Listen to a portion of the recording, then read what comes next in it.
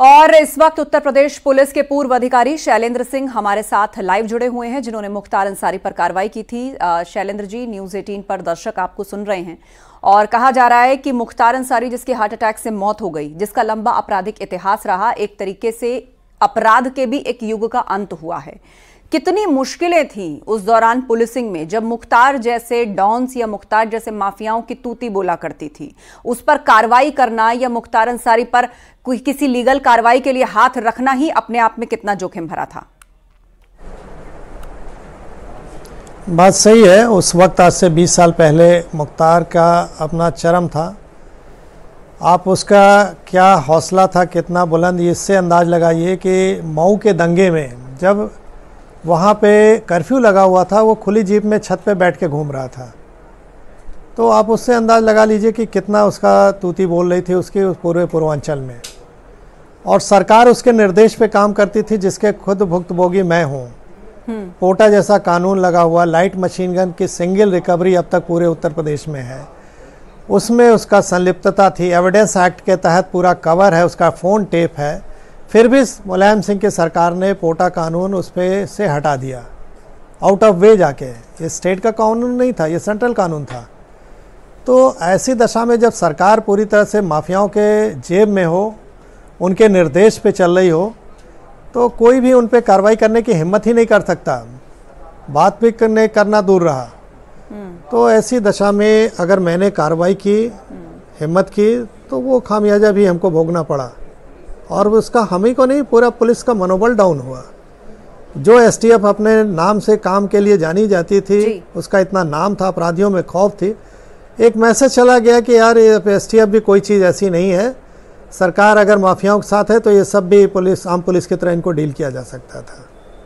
लेकिन मैं धन्यवाद दूंगा माननीय योगी जी का कि इनके आने के बाद परिस्थितियाँ बदली। वही मुख्तार अंसारी जो पंजाब जेल में ऐश कर रहा था, 3 साल पहले उसको घसीट के यहाँ लाया गया, व्हील चेयर पे आ गया। जो दूसरे को धमकी देता था, आज अपनी जान की भीख मांग रहा था। उसकी पूरी संपत्ति जो उसने भय के साम्राज्य से आर्थिक साम्राज्य बनाया था, वो गैंगस्टर एक्ट में जब्त होने लगे। जो पब्लिक गवाही नहीं देती थी, वो गवाहियाँ आने लगी कोर्ट में। कोर्ट तो गवाही पे चलती है, कानून एविडेंस पे चलती है जी। तो ऐसी दशा में जो दशकों तक पुराने केस थे, जिस पे कोई सज़ा नहीं हो रही थी, पिछले 1 साल में 2-2 बार इस पे उम्र कैद की भी सज़ा हो गई। तो निज़ाम बदला, शासन बदला, पब्लिक का भरोसा हुआ, पब्लिक को, गवाहों को प्रोटेक्शन मिला, और उसी का नतीजा कि न्यायालय से कन्विक्ट भी होने लगे। तो ये सब चीज़ें बदली।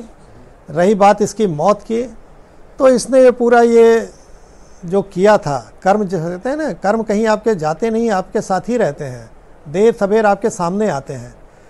तो इसके सामने भी इसके कर्म आए, और जो भय दूसरे पे कायम किया था, वही भय इस पे हावी हो गया, और अटैक से इसकी मृत्यु हो गई। जी शैलेंद्र जी, आपने बताया कि जाहिर सी बात है, जब राजनीतिक संरक्षण मिलता है, सरकारें आउट ऑफ द वे जाकर कोई केंद्र का कानून हटा देती हैं, जब इस तरह का उदाहरण या संदेश निकलता है, तो पुलिस का मनोबल जाहिर तौर पर डाउन होता है, और आम जनता भी यही सोचती है कि भाई एक आम आदमी को तो कहीं न्याय है ही नहीं।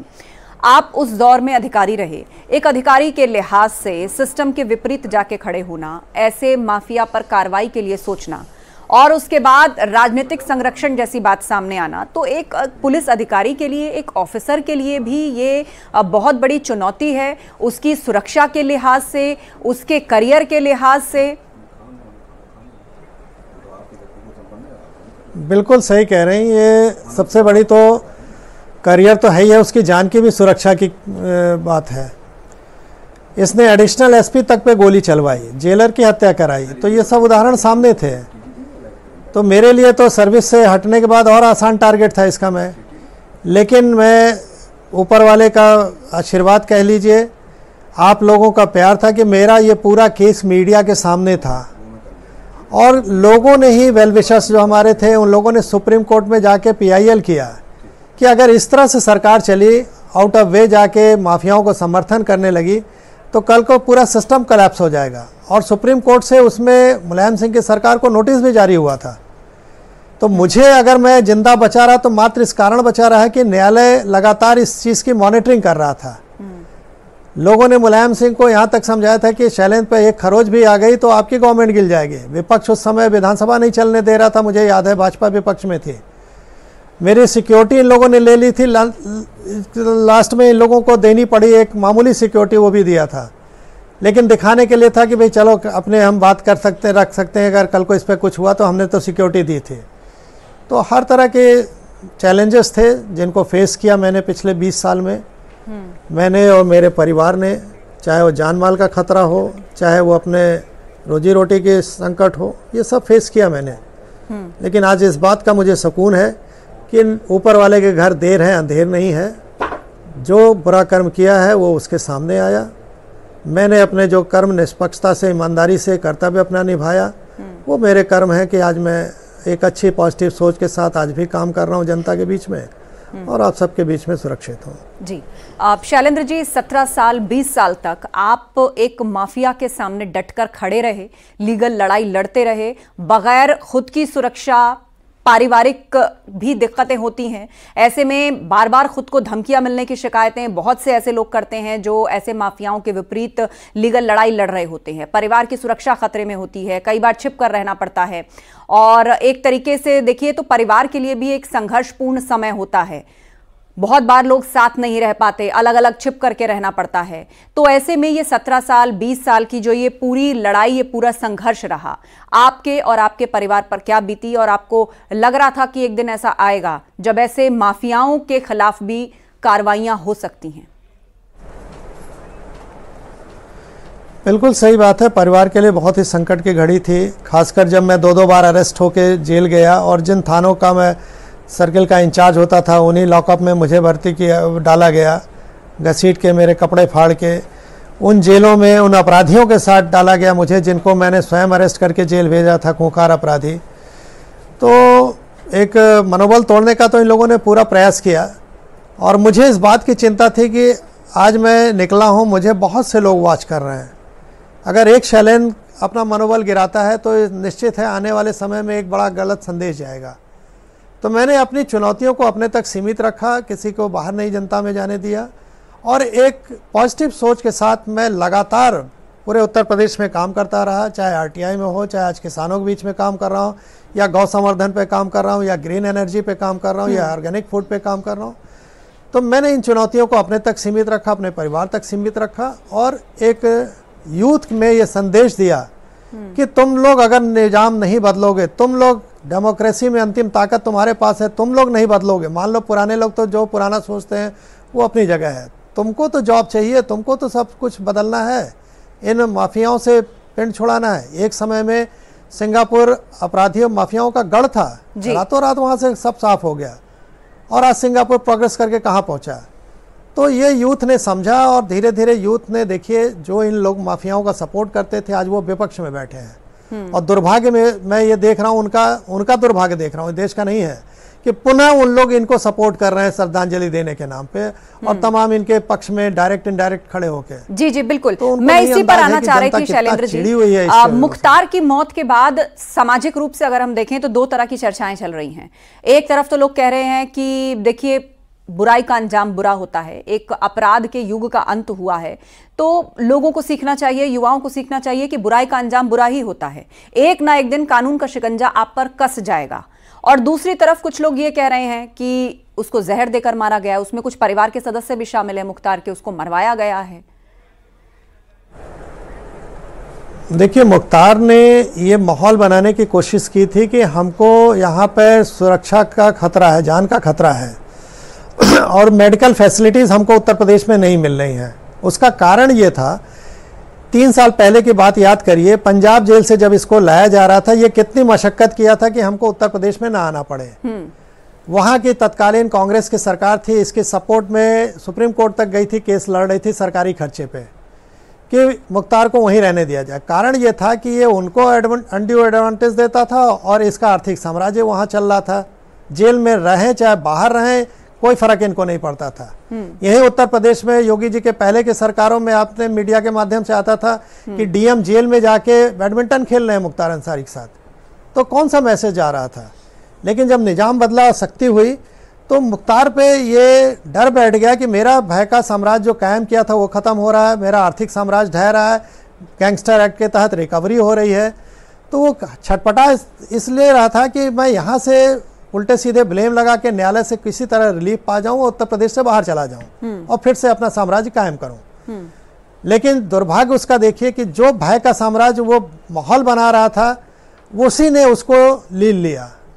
उसने डर इतना उसके अंदर बैठ गया था कि मुझे कोई कब मार दे, कब हमें जहर दे दे, कब क्या है, और डर के मारे अटैक से उसकी मृत्यु की, जो जहाँ तक मैं साइकोलॉजी उसके रीड कर रहा हूँ उसको जानता हूँ, यही कारण है।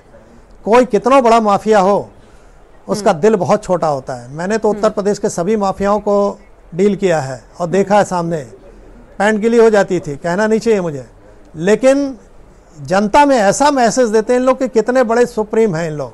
10 गाड़ी चलना, 20-50 गाड़ी का वो राइफल का नाल लेके दिखा, पब्लिक को दिखाना, ये सब इनकी आदत होती है अपने को सेव करने की, अपने डर को छिपाने की। एक और बात, लेकिन जब ये सब आवरण हट जाता है, हमें अचंभित भी करती है और सोचने पर भी मजबूर करती है कि इस तरह के माफिया डॉन जो सरेआम बीच चौराहों पर लोगों की गोलियों से भूनकर हत्या कर देते थे, अब कृष्णानंद राय जी को देखिए, उनका जिस तरीके से मर्डर हुआ, सरेआम गोलियों से भून दिया गया, शिखा काट कर ले गए। उनकी पत्नी आज काशी विश्वनाथ दर्शन को पहुंची, उनके घर में 20 साल से होली दिवाली कोई त्योहार नहीं मना।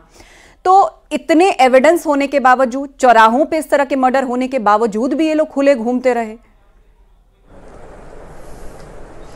देखिए, मैंने कहा ना कि तत्कालीन जो सरकारें थी उनकी छोटी सोच थी। वो इनका मदद लेके खास संप्रदाय विशेष वर्ग का वोट लेने के चक्कर में इनको सपोर्ट करती थी, और नतीजा आपने देखा कि उनकी सरकारें उस समय तो बन जाती थी, पब्लिक अवेयर नहीं थी, लेकिन अब उन लोग लगातार विपक्ष में बैठे हैं। जब सरकार किसी माफिया को खुलेआम समर्थन देने लगे तो माफिया चाहे चौराहे पे मारे चाहे घर में मारे, उसके लिए कोई बात नहीं होती। वो जानता कि मैं बच जाऊंगा, कोई एविडेंस गवाही देने मेरे खिलाफ न्यायालय नहीं आएगा तो उसको भी निपटा दूंगा। तो ये हुआ है लगातार पिछले दशकों से, और इसी वजह से आज उत्तर प्रदेश बदनाम हो गया था। लेकिन मैं धन्यवाद दूंगा माननीय योगी जी को कि इनके आने के बाद सब कुछ बदला है। आज उत्तर प्रदेश की पहचान बदल रही है। उत्तर प्रदेश के मॉडल की बात नेशनल इंटरनेशनल लेवल पे की जा रही है। इन्वेस्टर समिट में लाखों करोड़ का इन्वेस्टमेंट एग्रीमेंट साइन होता है, म्यू साइन होता है।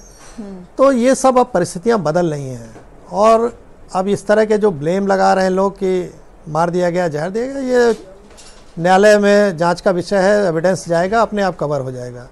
दूध का दूध पानी का पानी सामने आ जाएगा। और मेरी जो 10 साल का अनुभव है, ये सब फेक है, वहम है इन लोग का, और कुछ नहीं है।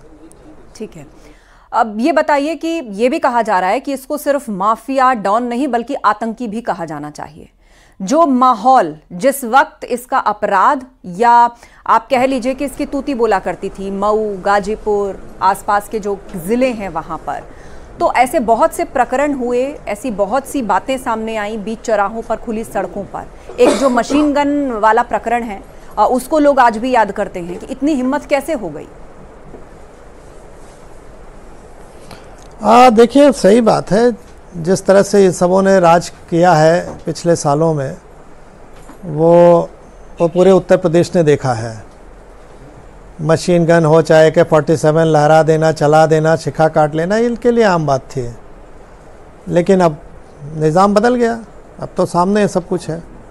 अब तो ये जान की भीख ये मांगते हैं। क्या कारण था न्यायालय में इनको कन्विक्ट नहीं किया जा रहा था, लेकिन आज न्यायालय में कन्विक्ट हो रहे हैं। साल भर के अंदर 2-2 उम्र कैद की सज़ा हो गई। तो बदल गया, माहौल बदल रहा है, पब्लिक भी अवेयर हो रही है, यूथ खासकर काफ़ी अवेयर हो गया है। और अब इन लोग का समय ढलान पे है, और कल की घटना के बाद अब तो और तेजी से सब बदलेगा। शैलेंद्र जी, किसी भी आम आप देखिए अपराधी या गुंडा, उसको एक बड़ा माफिया या डॉन बनने के लिए 3 चीजों की आवश्यकता सबसे पहले होती है। पहला, पैसा, हथियार और राजनीतिक संरक्षण। और धीरे धीरे मुख्तार के पास सब कुछ था। ऐसे लोगों का आर्थिक तंत्र भी इतना मजबूत होता है, देश के अंदर देश के बाहर ऐसे बहुत से कनेक्शन होते हैं जिनके चलते अगर ये जेल भी पहुंच जाए तो इनके जो अपराध का तंत्र है या जो इनका नेक्सस है वो किसी न किसी रूप में एक्टिव रहता है। तो अब लीगल कार्रवाई मुख्तार पर हुई, लेकिन इस आर्थिक तंत्र को तोड़ने के लिए क्या किया गया? ये भी तो एक काला साम्राज्य था, ये भी तो एक काला पैसा था जिसको अपराध के माध्यम से एकत्रित किया गया। बिल्कुल आप सही कह रहे हैं, बिल्कुल आप सही कह रहे हैं। देखिए योगी जी के पहले कभी भी गैंगस्टर एक्ट में इतनी रिकवरी नहीं की गई। सैकड़ों करोड़ इनके चाहती के अन्य किसी के हों रिकवर किए जा रहे हैं, तो इनके आर्थिक साम्राज्य को ही तो चोट पहुंचा जा रही है।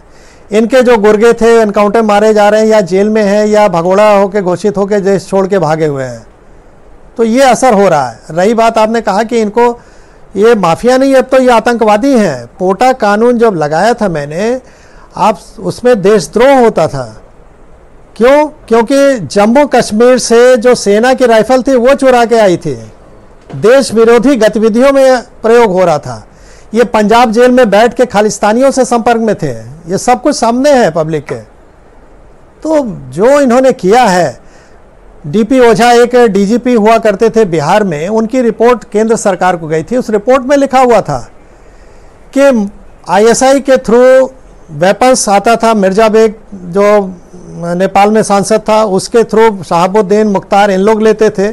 तो ये सब रिपोर्ट में ऑन रिकॉर्ड है सब चीज़ें।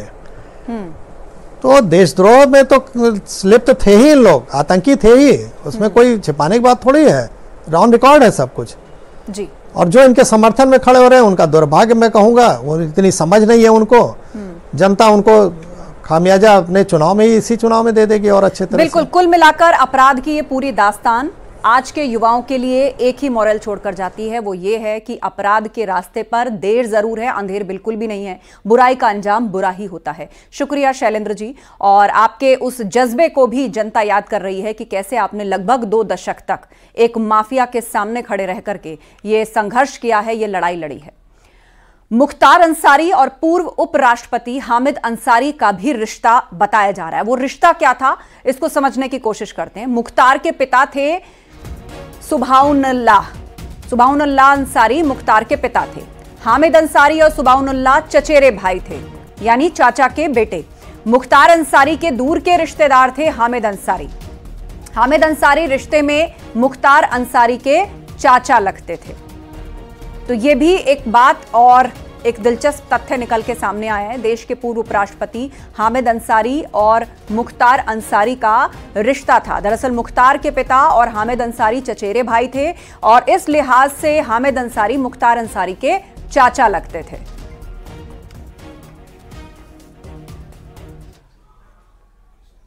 और प्रयागराज से अगली खबर है। अब्बास अंसारी को नहीं मिली है हाईकोर्ट से राहत। जनाजे में जाने के लिए याचिका लगाई गई थी अब्बास अंसारी की ओर से, वहां से कोई राहत नहीं मिली है क्योंकि हाईकोर्ट में अर्जी मेंशन ही नहीं हो सकी। अब सुप्रीम कोर्ट में याचिका देने की तैयारी है और अब से थोड़ी देर में सुप्रीम कोर्ट में यह याचिका दी जाएगी।